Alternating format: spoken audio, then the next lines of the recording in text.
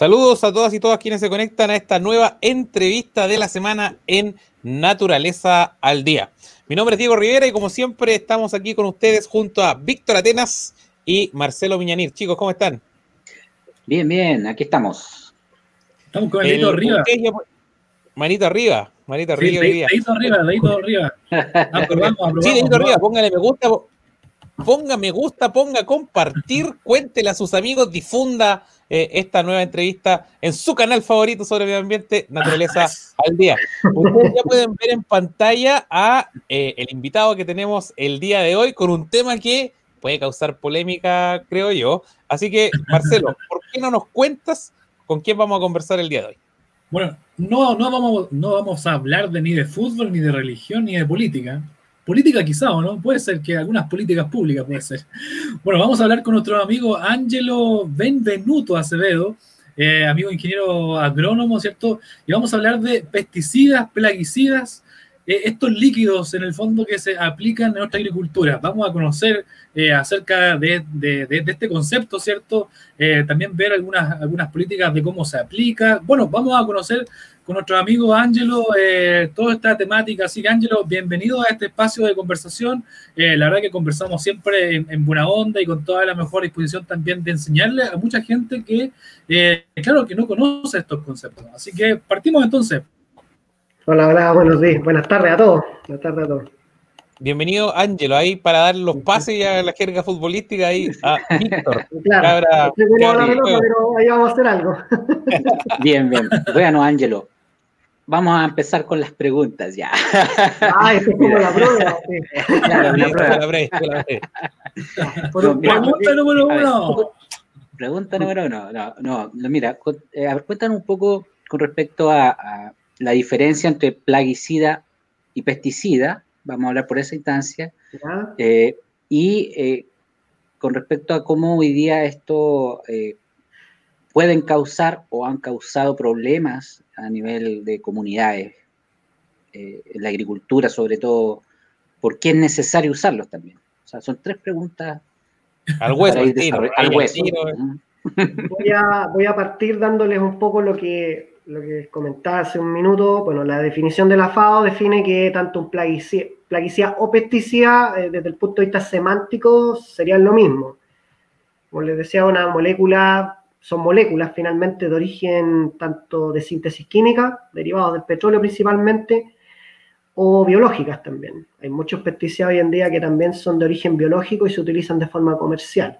O sea, pero ahí podemos profundizar un poco más en eso, que tienen la función o el fin finalmente de poder controlar, destruir una plaga. O sea, es súper de libro la definición, pero en términos prácticos es así. O sea, el uso de plaguicida hoy en día está enfocado en eso, en disminuir poblaciones de insectos, hongos, bacterias. Virus todavía no hay retrovirales, pero en algún minuto irán a aparecer. Pero es para controlar plagas agrícolas. Bueno, y la verdad, el concepto plaguicida, la verdad, tiene orígenes muy antiguos. O sea, estamos hablando desde que se concibe la agricultura como un monocultivo, digámoslo así. Desde el siglo XIX se hacían aplicaciones en frutales principalmente, donde gran parte se ha utilizado. Generalmente ha estado pensado en la fruticultura porque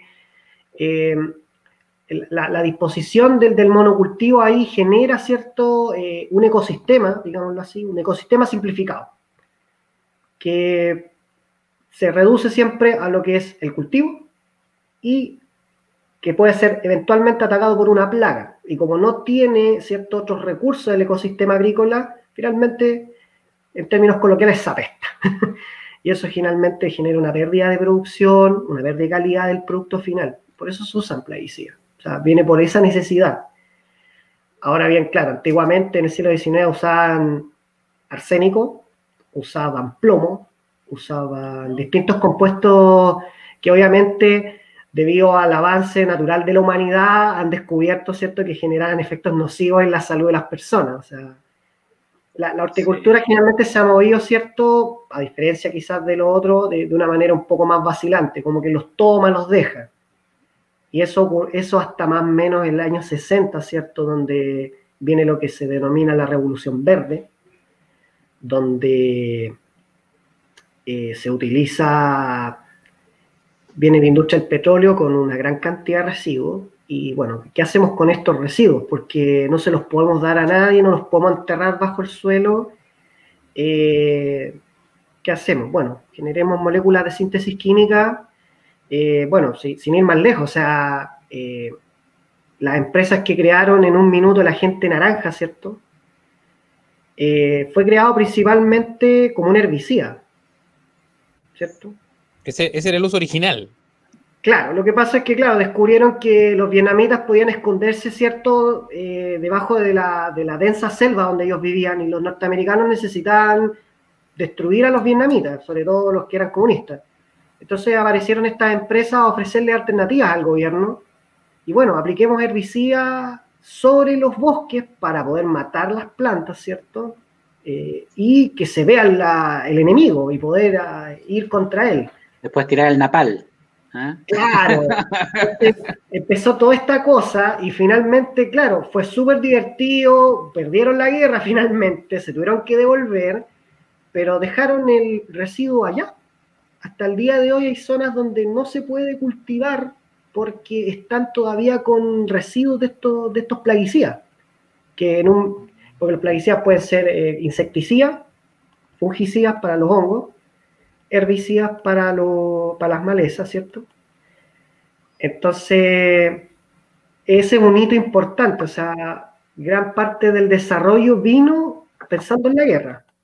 Y obviamente la Revolución Verde, ¿cierto? Esta idea, ¿cierto? Que teníamos que producir más alimentos, porque la superficie cultivable en el mundo es limitada, teníamos que aumentar la superficie cultivable y teníamos que simplificar los ecosistemas, teníamos que sacar los bosques, sacar las praderas y poner cultivos para alimentación humana, cereales, etc. Y en ese traspaso, desde el punto de vista ecológico, nosotros simplificamos, como les decía, el ecosistema. Pasamos de tener bosques, ¿cierto?, que se apoyan entre ellos. Claro, o sea, hay un ecosistema forestal, finalmente las plantas más grandes les dan sombra a las pequeñas, les mantienen la humedad, ¿cierto? Y eso permite que las semillas que tengan la humedad para poder brotar. Eso ocurre en un ecosistema forestal. Esto es simplificado. Todos los participantes de este ecosistema son todos iguales. Son todos avenos.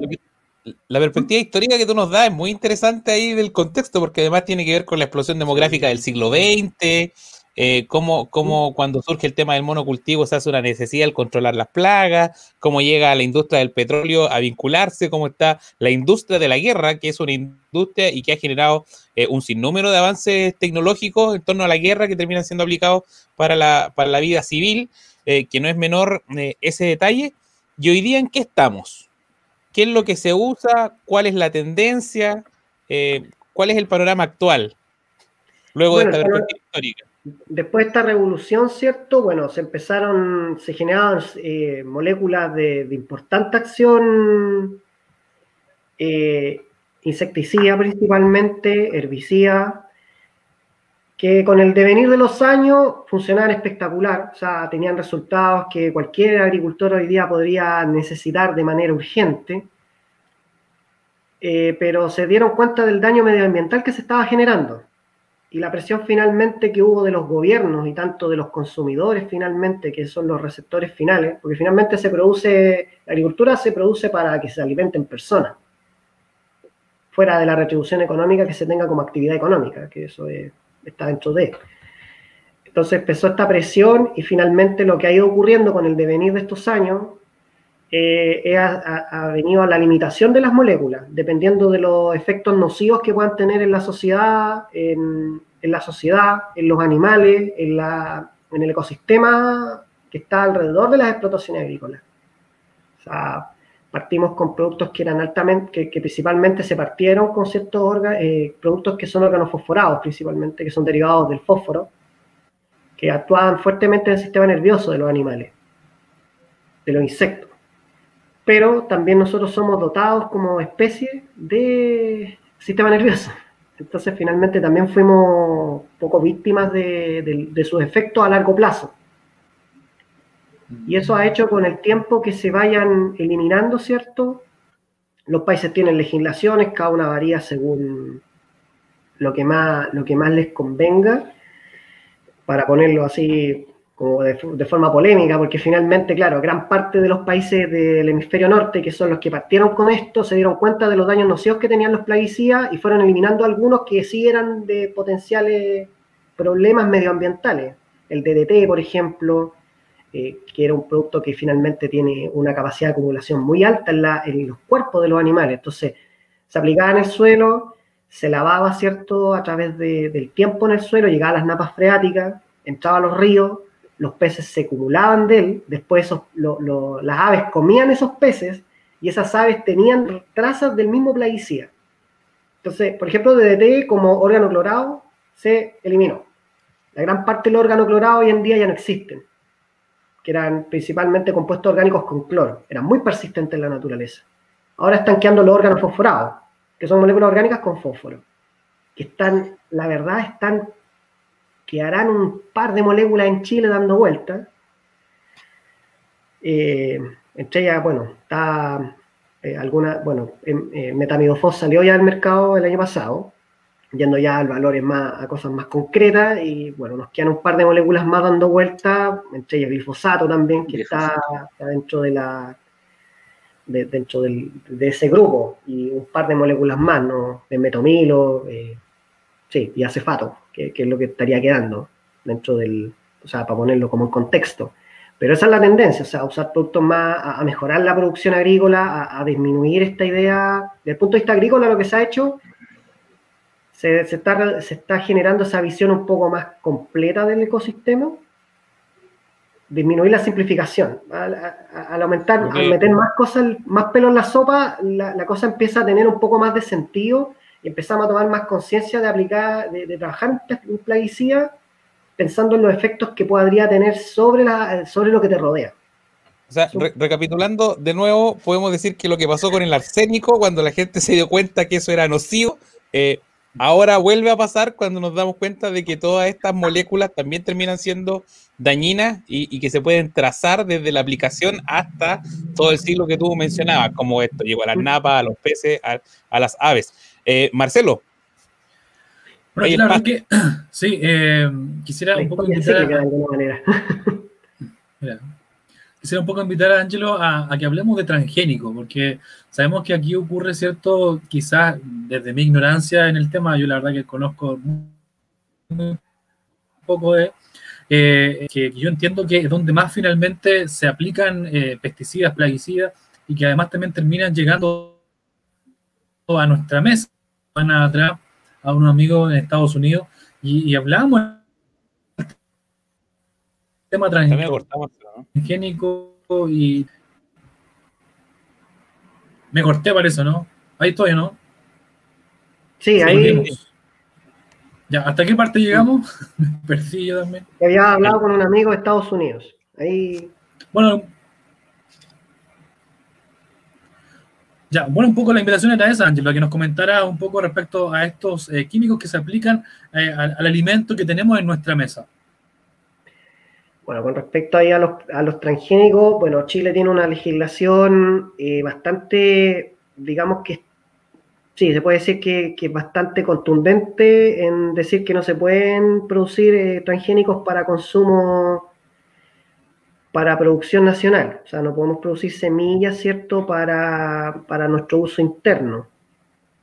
Ahora bien, tenemos el tema de que los países, Argentina, por ejemplo, que tiene una legislación distinta, bueno, ellos nos exportan, ¿cierto?, la soya, que nos gusta mucho en nuestras comidas, la mayoría es transgénica. Entonces, la verdad, comemos transgénicos sin que sean necesariamente producidos en territorio nacional. En Chile no se pueden producir transgénicos para consumo nacional. Pero se pueden producir transgénicos para exportar. Sí, semillas acá se hace maíz, principalmente se hace en la zona norte. Bueno, ahí hay un tema de conflictos también porque, claro, te dicen, ya, usted puede producirlo, pero ¿qué pasa si el de al lado tiene algún cultivo? Oh, se cayó. Sí, se cayó. tiene algún cultivo, por ejemplo, nativo, algún maíz propio de su cultura, de su arraigo personal, y si es contaminado, ¿cierto?, con estos polen, porque finalmente, bueno, para irlo simple, o sea, el maíz generalmente genera una parte masculina y una parte femenina, que la parte masculina es la primera que sale, que es esta panoja que sale arriba, ¿cierto? ¿Y qué es donde libera el polen? ¿Ah? La que libera el polen. Claro, se libera el polen, y este polen finalmente se mueve de manera por el viento, anemófilamente. Y si hay una plantación de estos maíces tradicionales cerca, puede ser fecundado por el polen transgénico de ese maíz. Las batallas han sido principalmente porque la empresa dueña del material genético va y le reclama a este productor pequeño que, oye, tú tienes mi material en tu maíz, pero si yo no lo fui a buscar, yo no polinicé, eso es problema tuyo. O sea, yo no lo quiero. Claro, a mí no me interesa, pero está aquí. O sea, y finalmente esta pelea es David contra Goliat, pues finalmente, y eso lo que ocurre finalmente es que destruyen la diversidad genética. O sea, no. Ahora bien, los transgénicos se hicieron principalmente la verdad es que hay como, a veces se genera hay mucho temor frente a esto. O sea, no hay ningún estudio, la verdad, que se haya, yo no es que esté a favor derechamente de esto, pero no hay ningún estudio, porque no se ha hecho, la verdad, y que haya un efecto a largo plazo, la verdad, porque yo creo que no hay dinero finalmente, o no se quiere hacer. Pero lo que se ha hecho principalmente en transgenia ha sido mejoramiento en contenido de vitaminas en arroz, por ejemplo. Se ha hecho, bueno, y lo que es más polémico, la verdad, es la resistencia herbicida. O sea, tienen algunos ecotipos, ¿cierto? O sea, algunas variedades, ¿cierto?, de maíz que son resistentes al glifosato, que es Roundup, que en ese momento se hizo, que Monsanto desarrolló un poco eso, pensando en aplicar glifosato, que está en Argentina, se aplica por todo el campo con avioneta, y no le pasará al cultivo, siendo que es de naturaleza herbicida el glifosato. Y hay unos que también en México se usan para prevenir la mariposa monarca, que finalmente se alimentaba, ¿cierto?, en los cultivos, y eso es lo más o menos lo que yo tengo idea. Acá en Chile, como les digo, hacen maíz principalmente. Pero Víctor tiene su amigo el tomate larga vida, que tiene como 6 meses. Todavía está.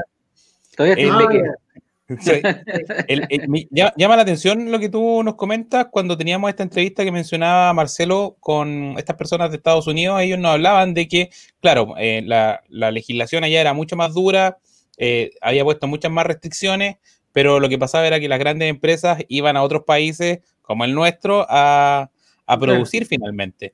Es que hay menos regulación, pues. Y aquí, como les decía, finalmente la cultura, Latinoamérica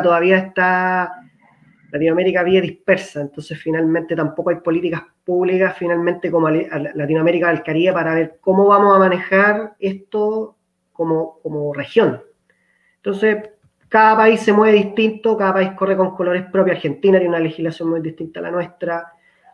Nosotros tratamos de hacer algo, pero finalmente, claro, quizás han estado por delante otros valores, otros, no sé si valores, pero otras ideas más asociadas al trabajo, al desarrollo económico, y finalmente no hemos legislado para ver qué vamos a hacer. Pues porque finalmente, claro, no pongamos transgénicos en Chile, pero finalmente estamos importando comida transgénica, entonces hay un sentido tremendo. Sí. Víctor, adelante.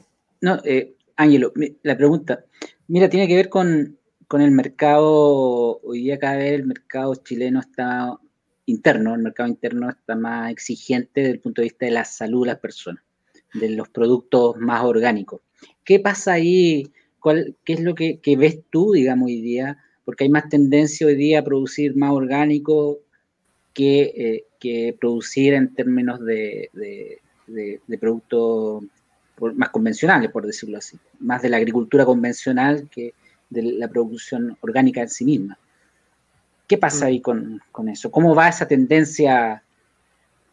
Claro, la tendencia orgánica nace principalmente por todo esto de que habíamos conversado, o sea, el tema de plaguicida, el tema de cómo se han visto que hay ciertos efectos que van ocurriendo en los metabolismos de las personas, asociaciones a enfermedades, etcétera. O sea, bueno, acá la sexta región y la región del Maule concentran una importante cantidad de personas que pueden morir, que nacen con problemas psicomotores, que nacen con déficit cognitivo, y nadie encuentra ninguna explicación lógica, pero es cosa de que hagan un mapa, hagan estos mapas 3D, junten una capa de uso de plaguicida y junten el número de personas que tienen este tipo de enfermedad. Estoy seguro que la coincidencia es casi perfecta. O sea, hay algo ahí que no hemos tomado como país de hacernos cargo.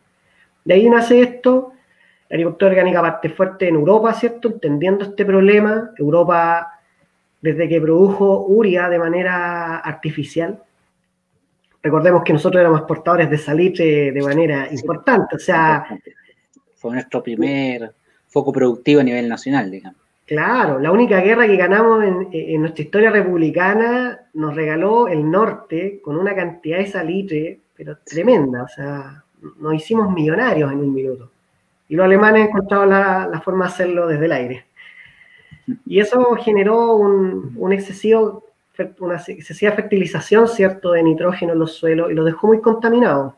Y esto llevó a la Comunidad Europea, ya conformada como bloque, a tomar decisiones en cuanto a lo que querían hacer con su futuro agrícola. Y uno de esos fue bajar la carga de plaguicida, producir de manera más saludable y atendiendo también estos problemas que venían en la salud humana que se están escondiendo un poco debajo de la mesa. En Chile ha sido incipiente, hay principalmente frutales, se mueven manzanas principalmente orgánicas. En la parte hortaliza está partiendo, hay harto emprendimiento, hay en Rengo, hay en Santiago, alrededor de Santiago también. Es un esfuerzo tremendo. Ahí en Placilla hay dos empresas como grandes, son vecinas de tu sector, Greenwich, creo que se llama, y sí. Organic Time, una cosa así, que sí. son productores de... Se dedican a... Oye, a mí me gusta la perspectiva histórica que le pone Ángelo. Sí, súper bien. Está muy educativa esta clase del día de hoy. Sí, ¿qué nos puedes mencionar de... sí, ahí me estaba quedando un poco a oscuras. Está oscura. ¿Qué nos puedes mencionar del UPOV 91 y el TPP 11? ¿Cuánto pesan estos tratados internacionales respecto a lo que estamos conversando hoy día? O sea, principalmente, mira, del UPOV, claro, el tema, no estoy tan bien enterado del tema del UPOV. Siempre, bueno, es ponerlo más en perspectiva, siempre ha estado el tema de comercial. Acá es un tema si me voy al hecho, es un tema de protección de la propiedad privada. Se resume quizás de manera clara en eso, o sea, hay un obtentor vegetal que le ponen estos nombres medio rebuscados, bueno, hay que aprovechar el léxico español, tiene estas palabras, usamos eso, obtentor vegetal, el gallo que está 10 años, ¿cierto?, tratando de obtener una variedad con características específicas que sean del gusto del productor y del consumidor. Por ejemplo, no sé, producir un choclo que venga con mantequilla, una cosa así. Entonces, él produjo un choclo con mantequilla, lo produjo en Estados Unidos y dijo, se lo voy a vender a los latinos, se lo voy a vender a Chile. Entonces yo quiero poner mi choclo acá, pero me tienen que pagar patente. Porque claro, pues yo no lo hago por caridad, no, o sea, me tienen que pagar esa patente. Entonces finalmente todos estos acuerdos, los pongo como porque no conozco los detalles precisos, pero prácticamente toda la experiencia va a eso. Viene el obtentor vegetal, él quiere su parte, y bueno, si yo contamino al de al lado, bueno, me tendrá que pagar, porque él tiene mis genes y eso yo lo desarrollé. Y ahí llegamos al tema de patentar la semilla. La semilla. Que finalmente vamos a tener dueños de las semillas, porque van a ser de tal o cual variedad. Claro. O sea, ahí hay un tema súper interesante, porque la diversidad genética de Latinoamérica ha permitido desarrollar los cultivos más importantes de alimentación a nivel mundial. O sea, hay que recordar que la papa que se consume en el mundo es papa chilena. De hecho, hay un libro súper interesante que se llama Domesticado, se lo recomiendo que lo lean, y habla de las 8 especies que cambiaron, junto con el hombre, que cambiaron la historia de la humanidad.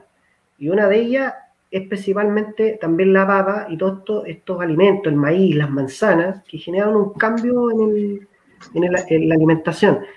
Pero con lo de la semilla es súper importante porque finalmente, claro, podemos, quizás, claro, este obtentor de choclo con sabor a mantequilla podría ser un gallo muy interesante quizás para el montón de personas que les da flojera pasarle mantequilla al choclo para poderlo comer.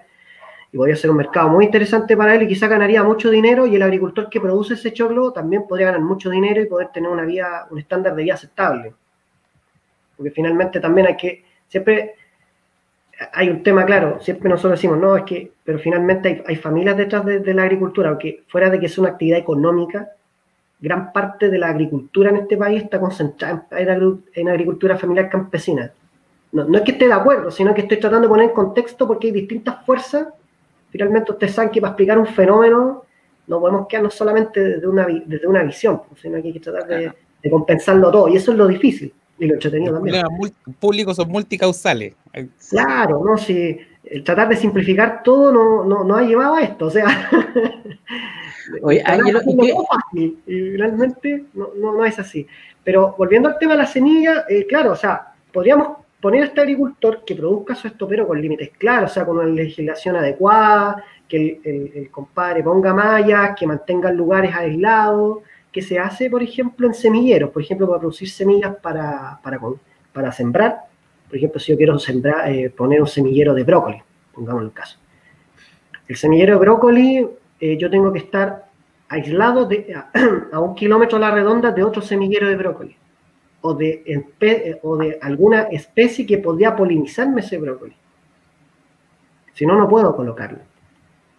Entonces, ¿por qué no replicar ese tipo de experiencia y ser estricto? Y de hecho es tan estricto esto que, por ejemplo, si hay un productor de al lado que puso, o una señora que puso unos repollos para su consumo, lo que se hace, y lo hacen los agricultores que ponen semillero, ¿sabe, señora? ¿Cuántos va a poner? 4. Ya, yo le compro 4 repollos, se los compro. Yo le compro las plantas, pero las tiene que sacar. Y eso pasa con cualquier tipo de semillero, es así. Entonces, eso habla de dos. Diste en un punto que yo quería tocar ahí antes de darle el pase a los chiquillos. ¿Cuánto hay ya hemos hablado de los problemas que pueden traer la aplicación de estos plaguicidas, pero cuánto hay de malas prácticas en el uso? Bueno, ¿cuánto hay de eso acá en Chile? Bueno, hay que recordar ese tremendo cuento que yo creo que todos leímos, que parece que fue el único que ha podido engañar al diablo, parece que fue un chileno. De hecho,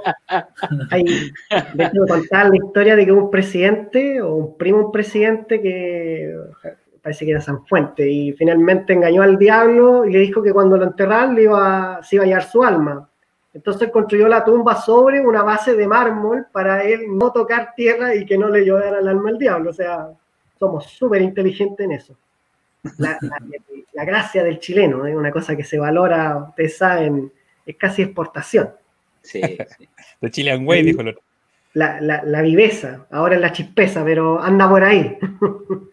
Pero sí, hay mucha mala práctica, siempre hay, no son todos, pero siempre hay alguien que puede, yo creo que va de dos cosas. Uno es derechamente el aprovechamiento, el mirar para el lado, ¿qué ocurre? O sea, yo lo he visto, por ejemplo, yo todavía me acuerdo una anécdota de un caballero fue de 80 años a comprar plaguicidas porque tenía sandía y tenía pájaros. Generalmente las personas denominan las plagas de maneras bastante singulares. Y bueno, tenía que aplicar. O sea, tenía un problema, tenía que resolverlo. Y el caballero le dijo, ¿y cuándo cosecha las sandías? Mañana. Oiga, pero este producto no le sirve porque tiene una carencia muy alta. Entonces, o sea, tiene una duración muy alta dentro del cultivo. Esos son conceptos que es finalmente el periodo de protección. Dijo, pero las sandías no me las voy a comer yo, pues. Entonces, es un poco esa la lógica que hay, pues. Wow. Eso a nivel hortícola se ha ido disminuyendo, la agricultura ha tomado conciencia, no te digo que ha sido algo masivo, pero la gran parte lo ha tomado. O sea, lo que pasa es que al momento en que lo transformamos en una actividad económica, se nos olvidó que estamos alimentando. Entonces, ahí es donde tenemos que, y eso va de la mano también de que las personas, los que finalmente no nos comemos esa comida, tengamos un grado de información que es súper importante y también tengamos la manera de poder hacer patente esa necesidad de tener información de cómo se trabajan los productos. Pero en cuanto a lo que... Dígame. Sí, lo conversamos en algún momento eso. ¿Cómo saber si un producto que uno va a consumir tiene, de hecho, el ejemplo que tú das, esto del agricultor de la sandía, la verdad que, o sea, pobre la gente que comió esa sandía. Si efectivamente logró aplicar, ¿cierto?, el químico, o sea, probablemente esa gente terminó con, ¿cierto?, consecuencias digestivas o quizás X cantidad de cosas. ¿Se puede saber si el producto que yo voy a consumir o que yo estoy comprando en la feria, no sé, o en el local de la esquina, si está, no sé, a lo mejor tiene más carga de la que debería hacer respecto a químicos? No. O sea, no se puede. Súper simple. Esa es la parte triste que les quería contar. No se puede. No se puede. No, Sí, no hay trazabilidad hoy en día en el país. O sea, lo que más uno puede llegar al feriano es saber a qué camión se lo compró en La Vega. Habría que ir a La Vega a preguntar a quién se lo compró él, porque finalmente hay una cadena de suministro que tiene muchos intermediarios. No hay trazabilidad, no hay una manera, no hay un ticket, no hay algo como trabaja más la fruticultura, donde tú tienes un sello, ¿cierto?, que da sobre la fruta y te dice el productor, te dice la variedad y te dice la fecha de cosecha. Ahí yo puedo rastrear eso en la fruticultura, pero en lo que es la horticultura es muy difícil. Y en cuanto al residuo de plaguicida, mira, todos los años generalmente el SAC hace un muestreo a a La Vega, principalmente en Santiago, para ver qué es lo que está llegando. Y la verdad es que todos los años es preocupante. Y además que las consecuencias podrían ser generaciones después. No sabemos los efectos que tiene a nivel genético este traspaso de químicos. Eso nos mencionaban también nuestros amigos de Estados Unidos que tuvimos de la Radio Maíz cuando conversábamos con ellos, y ellos nos decían que parte de los logros o de los avances que habían conseguido tenía que ver con desarrollar un sistema de etiquetado para ciertos productos que pudieran estar libres de químicos, y a lo mejor ese puede ser un camino a avanzar. Víctor, tenías una pregunta. No, más que nada comentar un poco con respecto a la... Mira, creo que estamos en pañales, por decirlo así, todavía. Hemos perdido 60 años de cultura agrícola post la dictadura, por decirlo así, y hoy día hay un tema de que hoy día nos faltan más cosas. Yo te iba a preguntar, Ángelo, con respecto al maíz, porque aquí tenemos el SAE maíz, que es una variedad como la más conocida en términos de maíz, pero ¿qué pasa con las demás variedades que por ejemplo, no sé, por el Perú tiene prácticamente 40 clases de maíz, y así en México existen muchas más clases y ocupan toda la mata completa, y acá vemos que el maíz prácticamente lo conocemos en el verano, pero sin embargo se produce mucho maíz para los animales, y eso llama la atención, porque por ejemplo yo hoy día escuchaba al ministro de Agricultura decir, claro, nosotros los transportistas, por ejemplo, llevan soya, ¿ya?, para dárselos a los animales prácticamente, ¿ya?, y para alimentar, para que después la gente consuma, ¿me entiendes? O sea, aquí también, por el maíz, ya se lo damos a los pollos, a AgroSuper, en fin, a Aristía y etcétera, y para que después la gente consuma esos pollos que comieron maíz, pero nosotros no tenemos esa cultura. En ese tema, ¿tú qué opinas con respecto a eso? Nos falta mucho, hemos perdido también una gran gama, digamos, de semillas que no están hoy día, incluso de frutales que antiguamente existían y hoy día no lo hemos ponderado, como por ejemplo el mismo higo, que en Argentina lo ocupan en toda la gama digamos, de de la pastelería, por decirlo así, y acá no, nos da lo mismo, el higo o la prueba. Claro, o sea, yo creo que, bueno, parte de los hábitos de consumo van determinados por nuestra cultura, o sea, no, Claro.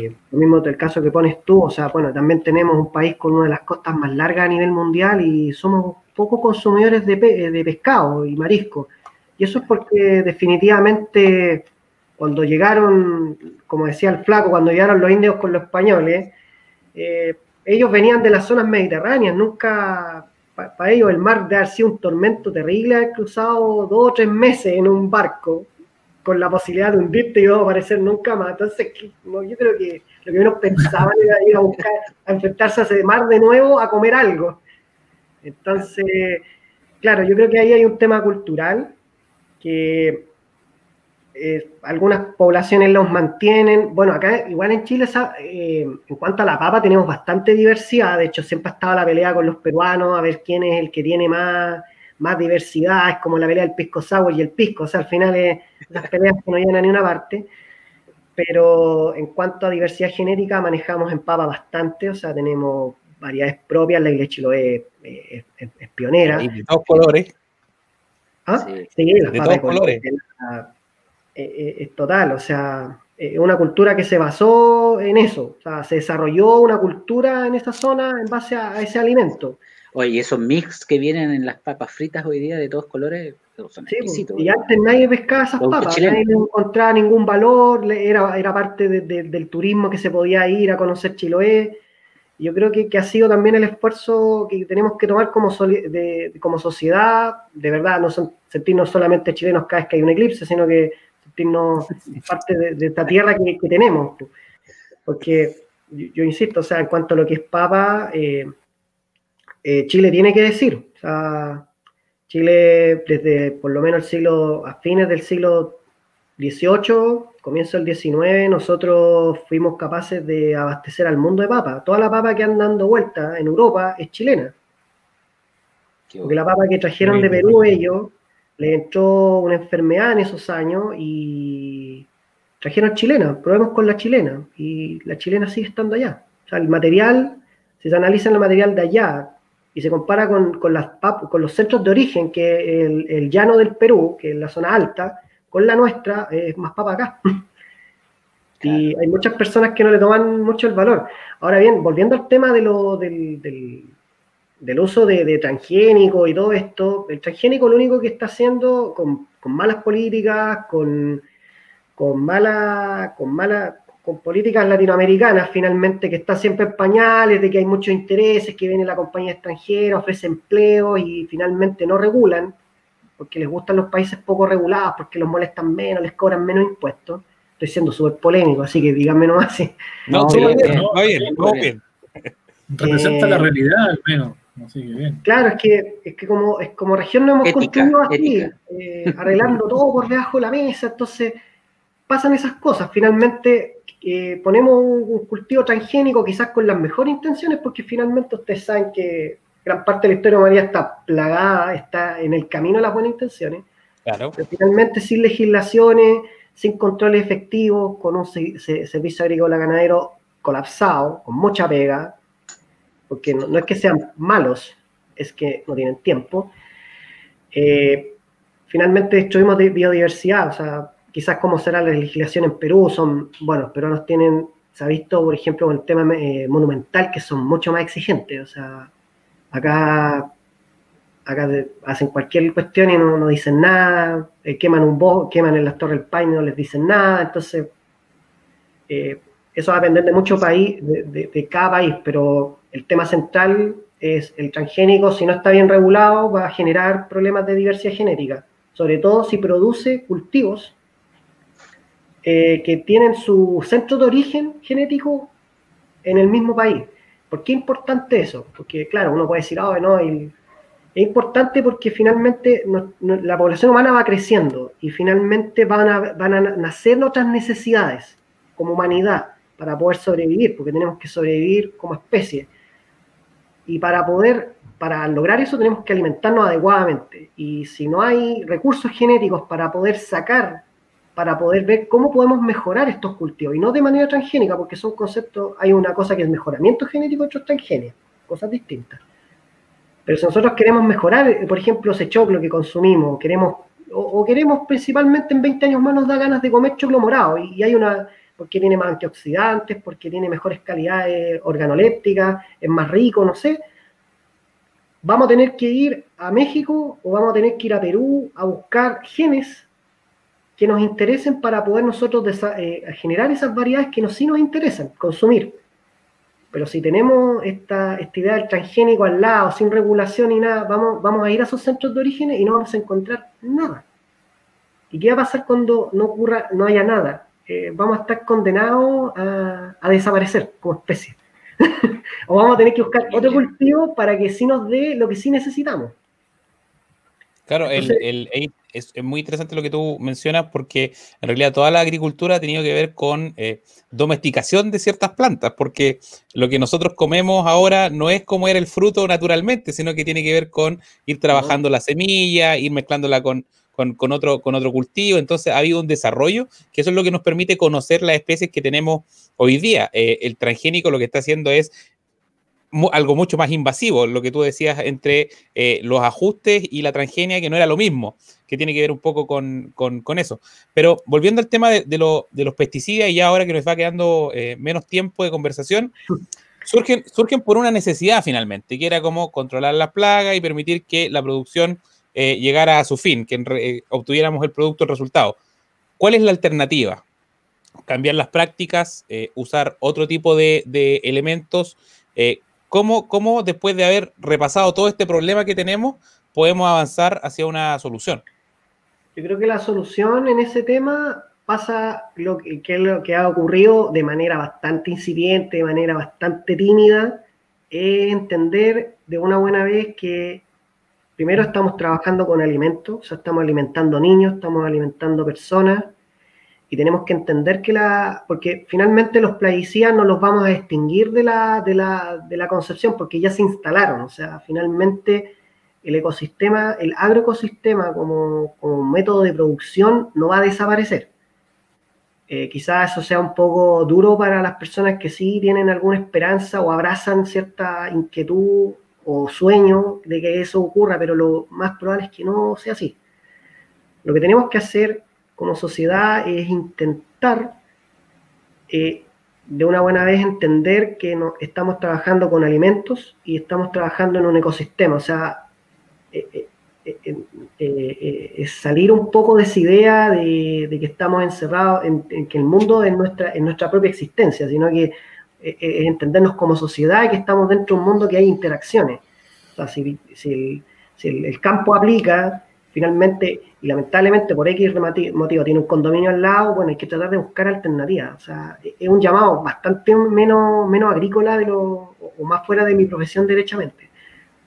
Desde el punto de vista de la empresa que produce agroquímicos, el cambio ha venido, o sea, se están produciendo moléculas más amigables, obviamente son más costosas, pero se están produciendo, o sea, hay un interés de parte de la industria agroquímica de generar moléculas, ¿cierto?, que estén de acuerdo a estas necesidades nuevas, y también entendiendo qué es lo que se viene, o sea, por ejemplo, uno va al caso de las abejas, siempre se ha hablado mucho del tema de las abejas y de cómo han sido mermadas, ¿cierto?, por el uso de ciertos tipos de plaguicidas que son neonicotinoides, ese es el nombre, que también afectan el sistema nervioso.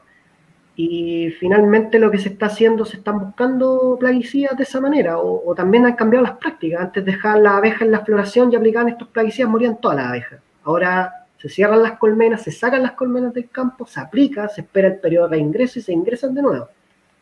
Eso lo hace, no sé, finalmente también hay que tener esa paciencia también que es propia de los procesos culturales, pero antes no lo hacía nadie, ahora lo hace una gran parte de los agricultores, está consciente de que fuera que es un insumo carísimo, porque una colmena vale como 30.000 pesos, o sea, están poniendo 30 colmenas a veces, o 10 colmenas, o 20 colmenas por hectárea, o sea, es un costo 50 están costando ahora.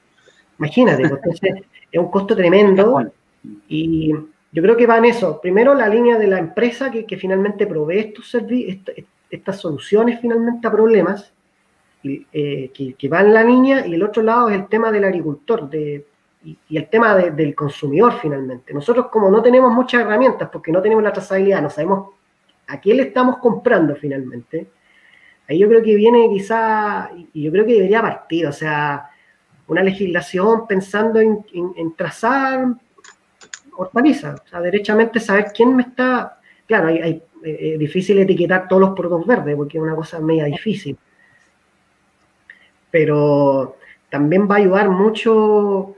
Hay que buscar algún mecanismo, la verdad, o buscamos eso, que finalmente va a ser presionarlos por medio de la persecución, digámoslo, porque lo vamos a tener que perseguir al agricultor para que haga buenas prácticas, o los que estamos acá, insistirle al agricultor, porque finalmente ahí viene el otro choque, porque es una actividad privada, entonces no se le puede generar una acción coercitiva, o sea, tendríamos que haber leyes como para obligarlo a hacer las cosas.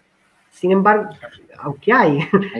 Sí, pero ahí falta mucho trabajo con respecto a eso. O sea, nos falta mucho para posicionarnos como una región, como un país que piensa en esto. O sea, no, y es un tema que se viene, o sea, en Talca hace poco, en Maule, encontraron niños que tenían rastros de insecticida en la orina. Sí. Y lo más probable que un insecticida que no se vendía hace 20 años. Y eso también devela de que lo más probable es que sus padres hayan tenido contacto con estos plaguicidas, ellos tuvieron sus hijos, y estos hijos tienen trazas de él. O sea, es... ¡Wow! Es complicado. Porque de esta manera no se puede entender, a menos que hayan consumido algo de hace 20 años atrás, niños de 14, que son menores de ese tiempo. Entonces, hay un tema que no se pone tampoco en tapete. Pero volviendo quizá al tema de la solución, yo creo que va por ahí. Porque, o sea, hay un conjunto de elementos: mejorar las prácticas, un cambio cultural, generar más información, fortalecer la legislación, pero todo pasa por la voluntad de que nos animemos a comenzar. El trecho parece largo, pero en algún minuto hay que tener un punto de partida. Para ir cerrando el capítulo, muchachos, Marcelo, ¿algunas palabras al cierre? ¿Alguna pregunta final que haya quedado ahí en el tintero?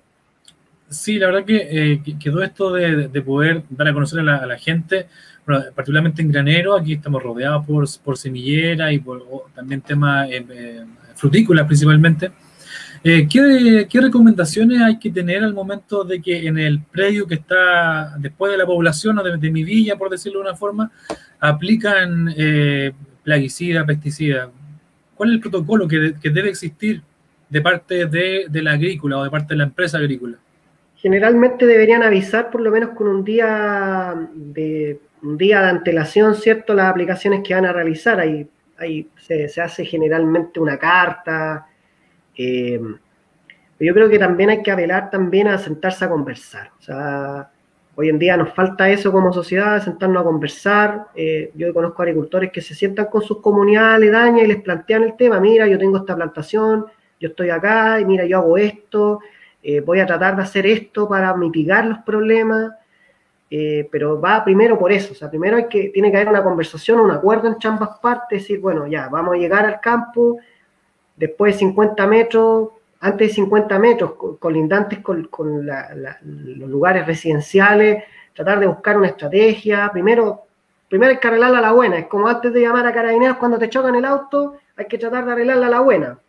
Porque hay manera, o sea, generalmente lo que debería uno hacer es 50 metros antes del linde, ¿cierto?, es trabajar con bomba espalda. O sea, eso es más o menos lo que se promueve. No se hace. Lo otro también, que si soy cercano a camino, la idea es que se detenga la maquinaria, cosa de que la deriva, ¿cierto?, porque finalmente estos son hidroneumáticos, entonces aplican aire o sea, a la aplicación le aplican aire, entonces esto genera estas microgotas, ¿cierto?, que son estas nubes. Entonces estas nubes finalmente son susceptibles a moverse por el viento.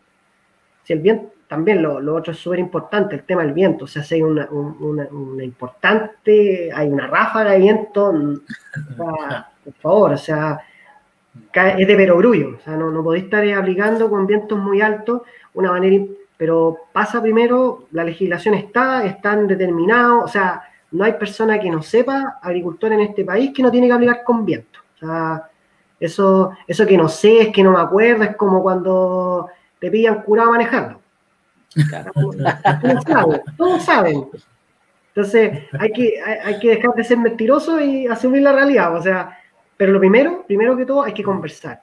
Hay que ir al campo que tiene un aledaño, ver cómo se resuelven los problemas, porque finalmente va a ser, claro, lo que pasa, por ejemplo, en las hélices, hay que buscar alguna manera. Si el tema de aplicación de plaguicidas es muy fácil, yo creo que de solucionar, regulando el tema del viento, regulando el tema de la velocidad, ¿cierto? Del avance de la maquinaria y el respeto por las comunidades. O sea, lamentablemente el ordenamiento territorial también es otro tema que también es súper interesante tocar, pero también ha pasado colado en todo esto y finalmente el agricultor, finalmente cuando uno ataca a una persona o viene a decir que finalmente el agricultor se siente invadido, porque en el fondo se empiezan a vender los campos alrededor suyo y empiezan a poner casas sin ningún tipo de regulación, sin ningún tipo de conversación. Entonces, lo que le pasó a un agricultor acá, amigo cercano, que finalmente él dijo, sí, pero yo estoy aquí desde antes. Entonces, la discusión de dónde va a partir. ¿Va a partir desde que el agricultor está desde antes? ¿O va a partir desde el momento, oye, sabes que estamos al lado tuyo, qué podemos hacer para que tú puedas seguir viviendo de esto y nosotros podamos vivir con la calidad de vida que supuestamente nos asegura la Constitución, porque la Constitución te asegura, ¿cierto?, un ambiente libre de contaminación. Porque esto es contaminación, derechamente. Y lo que tú estás diciendo, yo creo que no hay comuna que tenga un pasado rural que no tenga una población al lado de un predio agrícola. Acá en Rancagua, por montones, y en toda la región, en toda la sexta región, tiene que pasar eso. Víctor, ¿alguna pregunta final, comentario, palabras? Yo más que nada agradecer a Ángelo, muy didáctico, va a explicar las cosas, yo creo que es súper bueno eso, en términos de que la gente entienda un poco cómo este mundo de los plaguicidas, de los transgénicos, en fin, de la agricultura convencional, como le llamamos acá, ¿no? Le digo así porque en Estados Unidos la agricultura convencional es como la agricultura más sana, digamos. Acá es al revés. Así nos enseñaron los amigos de Radio Maíz. Así que bueno, agradecer por tu participación y realmente muy bien, me parece muy buen tema. Yo creo que hoy día Chile necesita dar un salto con respecto a la cultura agrícola. Necesitamos mucho, digamos, conocimiento con respecto a esto. Así que gracias, Ángelo, por participar, digamos, en este programa. Y despedirnos, yo creo que ya estamos en la hora. Sí, muchas gracias. Así que, Ángelo, se agradece, un abrazo para ti, muchas gracias. No, muchas gracias a todos ustedes. Me está quedando poca batería y a pagar en 15 minutos. Llegamos justo con el tiempo. El espacio para... Ya, no, muchas gracias. Y para lo que necesiten, ahí estamos. Vamos a tener que tener otro capítulo. Sí, vamos a tener que seguir conversando con Ángelo. Sí, así que ahí parece que ya estamos ahí entrando con los problemas de conexión. Vamos a despedir este programa invitándoles a que le den me gusta, invitándoles a que le den compartir. Revise ahí usted, siga informándose. Hay un documental en Netflix acerca del tema de la alimentación que decía que desde que la industria de la alimentación se transformó en un negocio, nos dejó de preocupar la alimentación.